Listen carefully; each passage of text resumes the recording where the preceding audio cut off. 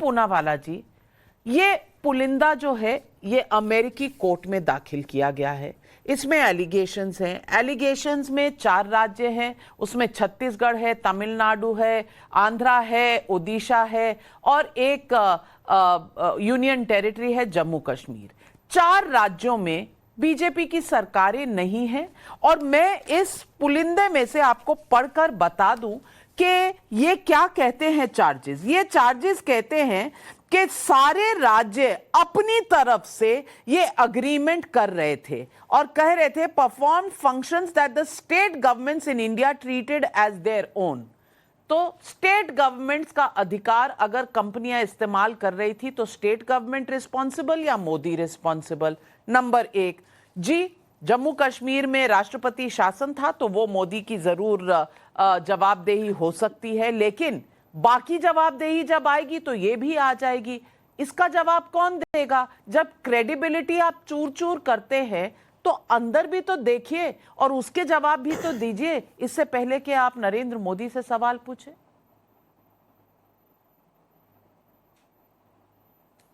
नमस्कार नाविका जी, thank you, आपके show में मुझे शिरकत करने का मौका मिला। हालांकि मुझे अच्छा नहीं लगता किसी भी कॉर्पोरेट पर अटैक करने को, लेकिन बहुत गंभीर आरोप है, इसलिए मुझे थोड़ा सा लगा कि जो इस तरह से बीजेपी से डिफेंड कर रही है, क्या कांग्रेस ने या विपक्षी पार्टियों ने अमेरिकन कोर्ट्स को इन्फ्लुएंस किया कि भारत के किसी इंडस्ट्रियलिस्ट को इंडाइट करे? एलिगेशंस क्या है कि उन्होंने अपने इन्वेस्टर्स को डिफ्रॉड किया, ये एलिगेशन है मोटा मोटा इंडस्ट्रियलिस्ट के ऊपर, और उनको मिसलीड किया जो ब्राइब्स उन्होंने दिए। अब ब्राइब्स किस चीज क्या थी? ये आपने बिल्कुल सही कहा कि सूबों ने कॉन्ट्रैक्ट किया है डायरेक्टली, बट सूबों ने किसके साथ कॉन्ट्रैक्ट किया है? एसईसीआई के साथ, solar energy corporation of India, जो डायरेक्टली केंद्र सरकार से के नीचे आती। तो आप क्रोनोलॉजी समझिए नाविका जी, एसईसीआई अग्रीमेंट करती है इस पर्टिकुलर इंडस्ट्रियलिस्ट ग्रुप के साथ, उसके बाद एसईसीआई रेकमेंड करती है स्टेट्स को कि आप डायरेक्टली इनसे पावर खरीदिए। इसके अंदर मिडलमैन का काम करती है एसईसीआई, जो डायरेक्टली सेंट्रल गवर्नमेंट की एजेंसी है। सारे कॉन्ट्रैक्ट्स एसईसीआई के माध्यम से हुए हैं, और अगर जो जिनको ब्राइब्स दिया स्टेट गवर्नमेंट में, अभी वहां पे बीजेपी की सरकार है छत्तीसगढ़, मान लीजिए, प्लीज वो नाम बाहर कीजिए ना। नाम ऑलरेडी जो दस्तावेज आपके पास है वो सारे नाम है, उनको आप प्रोसिक्यूट कीजिए उन लोगों को। आप क्यों नहीं कर रहे?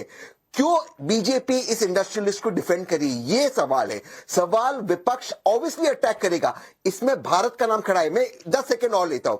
इसी इंडस्ट्रियलिस्ट के खिलाफ आज अभी कुछ समय पहले केन्या ने इलेक्ट्रिसिटी कॉन्ट्रैक्ट्स कैंसिल किए। कुछ महीने पहले श्रीलंका ने इसी इंडस्ट्रियलिस्ट पे पावर परचेस एग्रीमेंट पे गंभीर आरोप लगाए। ये भारत के इंपॉर्टेंट मित्र दोस्त थे। ये सारे कहते कि केंद्र सरकार बार बार इसी इंडस्ट्रियलिस्ट को इलेक्ट्रिसिटी का कॉन्ट्रैक्ट दे रही। केन्या में प्रोटेस्ट हो रही, श्रीलंका में हुआ है। श्रीलंका ने कहा इन असिस्टेंस टू हेल्प हमें इनको कॉन्ट्रैक्ट देना पड़ा। तो ये क्यों भाजपा इनको हेल्प कर रही है? ये सवाल है, इन सवालों के हमें जवाब जानने। सवाल अपने आप से भी पूछ सकते हैं कि बाकी जो राष्ट्र हैं, अगर कोई भारतीय कंपनी बढ़ रही होगी तो खुश तो नहीं होगी, लड्डू तो नहीं बांटेगी, जलेबी भी नहीं बांटेगी। पर खैर, राधिका खेड़ा जी, सवाल आपसे है, जवाब दीजिए।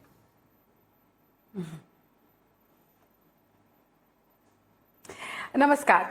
देखिए, जब संसद का सत्र आता है तब एक विदेशी टूलकिट है जिसके मुखिया हैं, सोरस चाचा जी का है, मामा जी का है, वो राहुल जी और तहसीन भाई ज्यादा बेहतर बताएंगे कि क्या लगते हैं।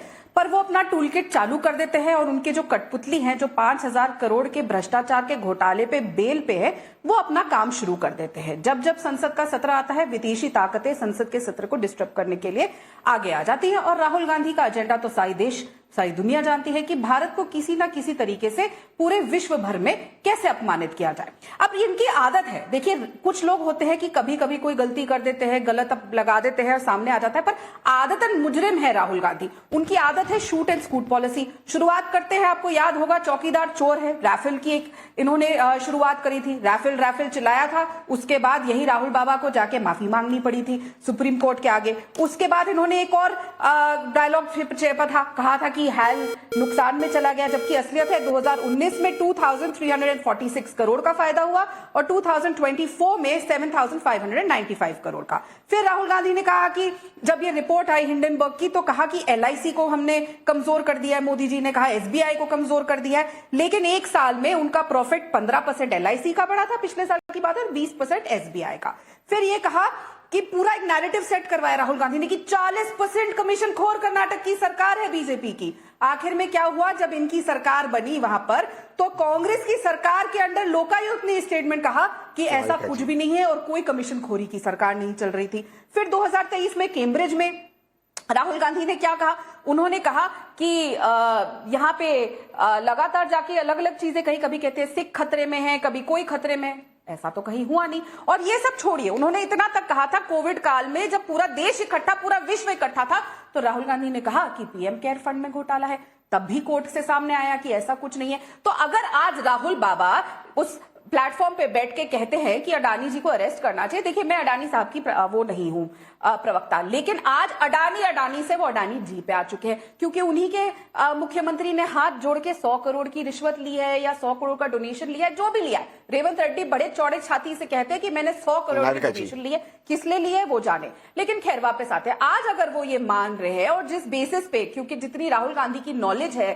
वकालत को लेकर, लॉस को लेकर, तो उस हिसाब से तो मुझे लगता है कि सबसे पहले राहुल गांधी और उनके पूरे खानदान को हमें जेल में डाल देना चाहिए। अगस्ता वेस्टलैंड हो या इनके बाकी जितने घोटाले चल रहे हैं, अगर उस बेसिस पे हमें इमीडिएटली अडानी जी को गिरफ्तार करना चाहिए, तो सबसे पहले शुरुआत चैरिटी बिगिंस एट होम, तो राहुल गांधी जी को खुद सरेंडर कर देना चाहिए। एक मिनट तहसीन भाई, मैं आपके बीच में नहीं, आप कम से कम वो 100 करोड़ की रिश्वत ना कहें, खुले आम नहीं, रिश्वत गलत शब्द है, गलत शब्द है, क्योंकि खुले आम ये अडानी फाउंडेशन ने स्किल डेवलपमेंट के लिए दिया है, ये मैं करेक्ट कर दूं। लेकिन तहसीन पूनावाला, मेरा मूल सवाल सिर्फ ये है कि अगर 4 विपक्षी राज्यों में ये डील हो रही थी साइन, तो मोदी रिस्पॉन्सिबल कैसे हैं, ये समझा दीजिए मुझे।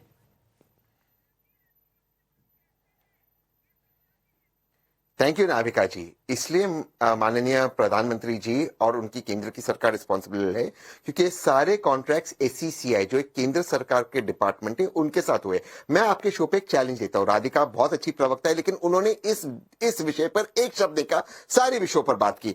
एसीसीआई और अडानी ग्रुप, एसीसीआई और स्टेट गवर्नमेंट्स के जितने भी अग्रीमेंट्स है आप उनको पब्लिक कर दीजिए। दूसरी चीज मैं आपके शो पे कह रहा हूं, प्लीज छत्तीसगढ़ हो, तमिलनाडु हो, कोई भी राज्य हो, आप एक्शन लीजिए। अगर ब्राइब लेना क्राइम है, ब्राइब देना भी क्राइम है, तो क्यों एक्शन नहीं लिया जा रहा है? और तीसरी और सबसे महत्वपूर्ण चीज, ये जो डॉक्यूमेंट्स है उसमें, जो अमेरिका में डॉक्यूमेंट्स है जो आपके पास भी, उसमें किन लोगों को ब्राइब्स दिया गया उनके भी नाम और जिक्र है, पीपीटी प्रेजेंटेशंस है, आप उसको पब्लिक कर दीजिए। आप बताइए उन पे कार्रवाई। भाई जब आपके पास थे अग्रीमेंट्स तो आपने पब्लिक किए नहीं, आज इतने सारे सवाल आ रहे हैं। अनुराग भदौरिया, मेरा सवाल आपसे है, क्या मूल बात यही है कि बार बार नरेंद्र मोदी पर प्रहार करना है, चाहे मुद्दा कोई भी हो? क्योंकि राहुल गांधी का एक जो वाक्य है जो बार बार लौट कर आता है कि हमने इनका अहंकार चूर चूर कर दिया, हमने इनकी क्रेडिबिलिटी चूर चूर कर दी, तो मुद्दा सिर्फ मोदी को अटैक करने का ही है ना? देखिए, अभी बीजेपी के प्रवक्ता ने एक बड़ी अच्छी बात कही, अच्छी या बुरी पता नहीं, विदेशी ताकतों का हाथ है। अभी विदेशी ताकतों का कौन है भाई? कौन है विदेशी ताकत? कौन है विदेशी ताकत का हाथ वाला? पकड़िए, उसको जेल में डालिए। विदेशी ताकत का हाथ वाला व्यक्ति हमारे देश में खुलेआम कैसे घूम रहा है, और हमारी सरकार ये नहीं पता चला पा रही कौन विदेशी ताकत है जो मेरे देश के अंदर काम कर रही है। पलट के पूछूं कि उत्तर प्रदेश की स्टेट की यहाँ क्रेडिबिलिटी की बात हो रही है, तो आप बताइए, उत्तर प्रदेश में अभी उपचुनाव हुए तो क्या यहाँ की पुलिस का जो तांडव देखने को मिला, ये किसकी क्रेडिबिलिटी थी? इसमें कौन सी विदेशी ताकतों का हाथ था, ये बता दीजिए। लगे हाथ की यहाँ